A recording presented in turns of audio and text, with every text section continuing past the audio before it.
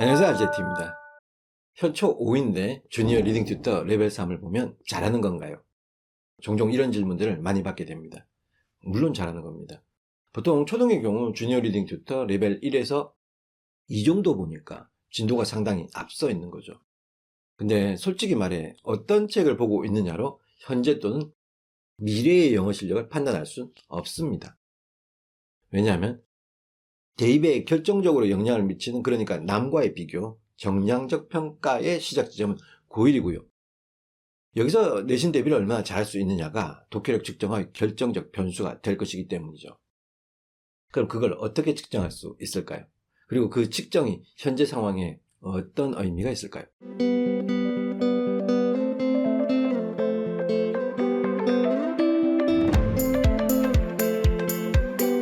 초등학교 때부터 영어만큼은 선행을 많이 하죠. 분명 선행은 중학교 내신에 상당한 영향을 미치는 건 당연하고요.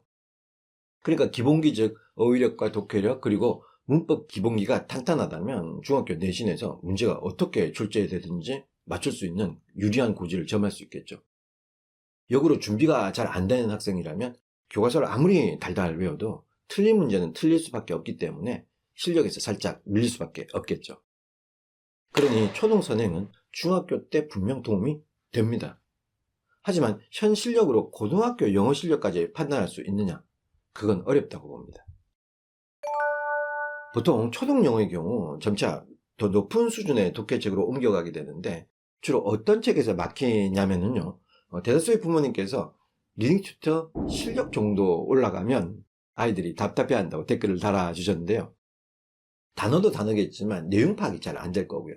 또 겉으로 보기엔 쉬워 보이는 단어지만 그래서 입으로 억지로 막 해석을 해낼 수는 있지만 보통 창작 독해가 되기 일쑤고요. 소설 쓴다는 말이죠. 게다가 도무지 이해가 안 된다고 말하죠. 여기가 바로 첫 번째 독해 장벽의 시작 지점인데요. 이 수준이 자이스토리 기본 수준이라고 보시면 됩니다. 교육과정평가원이 요구하는 고1 영어 수준이죠. 그러니까 교과서만 보고 더로 점수차를 벌리는 그런 중학교 내신이 아닌 본질적으로 다른 차원의 독해가 시작된다는 겁니다. 즉, 한 단계 레벨업된 고등 독해의 시작. 그래서 첫 번째 장벽이라고 부르고 싶고요. 이 장벽을 넘지 못하면 다 아시는 표현, 중학교 땐 잘했는데 라는 이야기가 나오게 되는 거죠. 그럼 자이스토리 기본은 어떤 책이냐? 시중에서 가장 잘 팔리는 고등 독해책이고요. 고1용 기출문제를 모은 책이죠. 최신 6개년 고1 모의고사 우수 문항을 묶어놓은 책인데요. 문제량도 상당히 많죠. 이 기출서를 기준으로 오답률이 높은 문제들, 그러니까 함축의미, 어휘, 빈칸, 순삽 등등의 문제를 풀다 보면 이해는커녕 해석 자체도 힘든 경우가 발생할 거고요. 단어를 달달 외워도 구문이 약한 학생들에게 정말 넘기 힘든 장벽이 되어버리죠. 물론 이 장벽을 쉽게 넘는 학생도 있겠죠. 오히려 그 독해력이 무척 좋다는 말이겠고요. 고1, 고2 때 그나마 꾸준히 단어도 외우고 독해 연습도 하면서 내신을 대비할 수 있는 능력이 있다는 말이 되고요. 하지만 3학년이 되면서 수시 지원을 막상 하려고 하니까 수능 최저를 못 맞추는 경우가 있죠. 그러니까 수능 영어 등급이 잘 안 나온다는 건데요. 특정 고등학교인 경우 내신은 1등급이어도 수능은 1등급이 아닌 경우도 있거든요. 이 경우 두 번째 장벽에 봉착하게 됩니다. 여기서 고1, 2 때는 잘했는데 라는 말이 나오게 되는 거고요.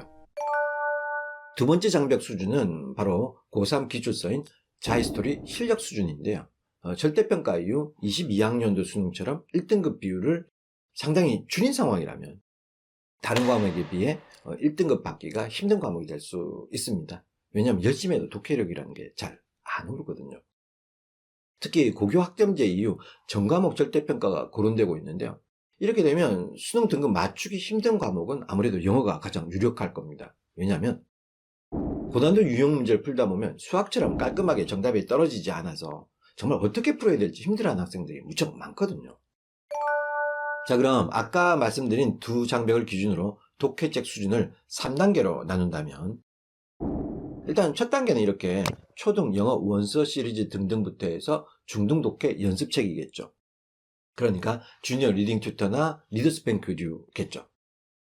두 번째 단계는 자히스토리 고1, 고2용, 그러니까 자히 기본과 완성 정도가 고등 내신을 대비하는 그런 수준의 독해책이라고 보시면 되겠고요. 여기서 질적으로 양적으로 엄청난 확장이 일어나고요. 세 번째 단계는 자히스토리 고3용, 그러니까 자히 실력 정도가 수능 1등급을 위한 관문이라고 보시면 됩니다. 근데 왜 2단계와 3단계를 나눴냐면요. 고1과 고2 수준이랑 고3 수준은 정말 다른데요. 글의 추상성이 30에서 40%대에서 갑자기 60에서 70%대로 오르고요. 오해 수준도 상당히 높아지는 게 고3이라서 그게 곧 뭐 지역구가 아닌 전국구, 즉 수능 수준이거든요.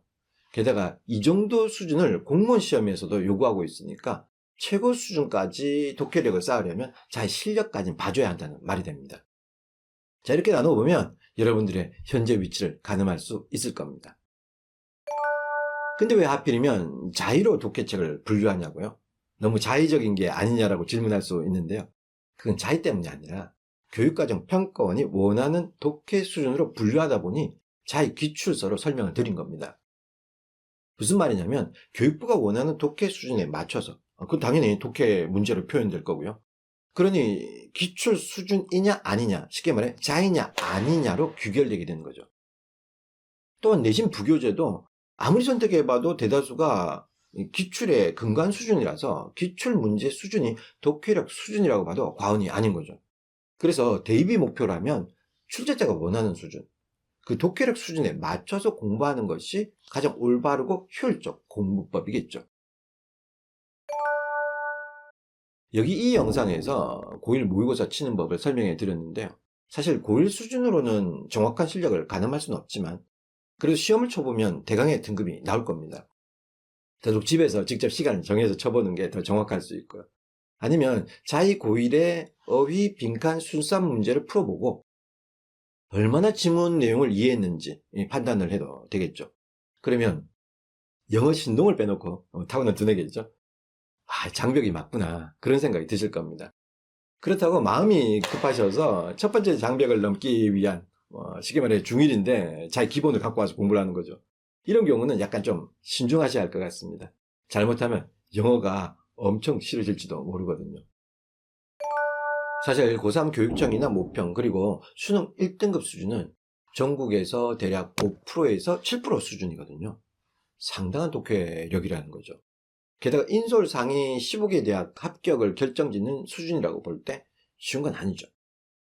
그래서 자해 실력 3학년용 제목 고난도부터 어휘, 빈칸, 순삽 등등을 풀어보고 독해력을 진단해 보시면 됩니다. 여기가 대입을 향한 두 번째 장벽인데요. 이 장벽을 넘어서야만 대입이든 심지어 공무원 영어까지 해결될 수 있거든요.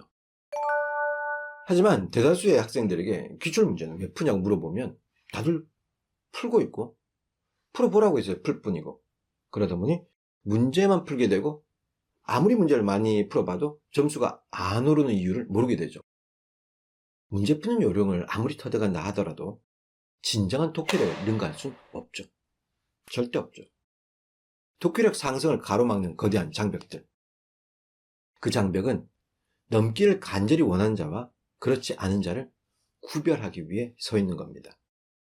독해력 상위 5%에서 7%의 학생들, 즉 수능 1등급까지 가는 비결. 1등급 학생들은 기출을 어떻게 공부하고 있을까요? 독해력 향상을 위한 기승전 기출. 그 공부 방법은 다음 시간에